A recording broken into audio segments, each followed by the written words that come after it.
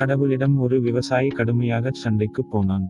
உனக்கு பயிர்களைப் பற்றி என்ன தெரியும்? நீ நினைத்தபோது மழையை அனுப்புகிறாய், தப்பான சமயத்தில் காற்றை வீசுகிறாய். உன்னால் பெரிய தொந்தரவாக இருக்கிறது. பேசாமல் இந்த வேலைகளை விவசாயி ஒருத்தனிடம் ஒப்படைத்துவிடேன் என்றான். கடவுள் உடனே, அப்படியா, சரி, இனிமேல் வெளிச்சம், மழை, காற்று எல்லாம் உன் கட்டுப்பாட்டிலேயே இருக்கட்டும் என்று வரம் அருளிவிட்டு போய்விட்டார். விவசாயிக்கு சந்தோஷம் பிடிபடவில்லை. அடுத்த விதைப்பிற்கான பருவம் வந்தது. மழையே பெய் என்றான். பெய்தது. நிறுத்தச் சொன்னபோது மழை நின்றது. ஈரமான நிலத்தை உழுதான். தேவையான வேகத்தில் காற்றை வீசச் செய்து விதையை தூவினான். மழை, வெயில், காற்று எல்லாமே அவன் சொன்ன பேச்சைக் கேட்டன. பயிர் பச்சைப்பசேல் என வளர்ந்தது.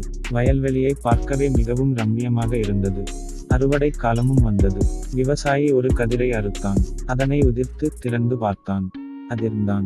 உள்ளே தானியத்தைக் காணவில்லை. மிகச் சிறிய பதர்தான் இருந்தது. அடுத்தது, அதற்கடுத்தது என்று ஒவ்வொரு தானியக்கதிராக வெட்டி எடுத்து உடைத்து பார்த்தால் ஒன்றிலுமே தானியம் இல்லை. ஏ கடவுளே என்று கோபத்தோடு கூப்பிட்டான். மழை, வெயில், காற்று எல்லாவற்றையுமே மிகச் சரியான விகிதங்களில்தானே பயன்படுத்தினேன். ஆனாலும் பயிர்கள் பாழாகிவிட்டதே, ஏன் எனக் கேட்டான். கடவுள் புன்னகைத்தார். என் கட்டுப்பாட்டில் இருந்தபோது காற்று வேகமாக வீசும். அப்போது பயிர்களெல்லாம் அம்மாவை இறுக்கிக் கொள்ளும் குழந்தைகளைப் போல பூமிக்குள் தங்கள் வேர்களை மிக ஆழமாக அனுப்பி பிடித்துக் கொள்ளும். மழை குறைந்தால் தண்ணீரைத் தேடி வேர்களை நாலாபக்கமும் அனுப்பும். போராட்டம் இருந்தால் தான் தாவரங்கள் தங்களை பாதுகாத்துக் கொண்டு வலுவாக வளரும். எல்லாமே வசதியாக அமைத்து கொடுத்ததில் உன் பயிர்களுக்கு சோம்பேறித்தனம் வந்துவிட்டது. தளதளவென்று வளர்ந்ததே தவிர ஆரோக்கியமான தானியங்களை கொடுக்க அவற்றிற்கு தெரியவில்லை என்றார். வேண்டாமையா உன் மழையும் காற்றும்? நீயே வைத்துக்கொள் என்று கடவுளிடமே அவற்றை திருப்பித் தந்துவிட்டான் விவசாயி.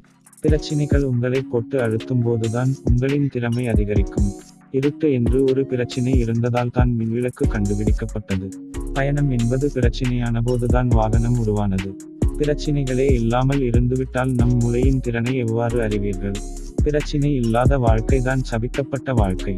எதிர்பாராத திருப்பங்கள்தானே நம் வாழ்க்கையை சுவையாக அமைத்துத் தர முடியும்.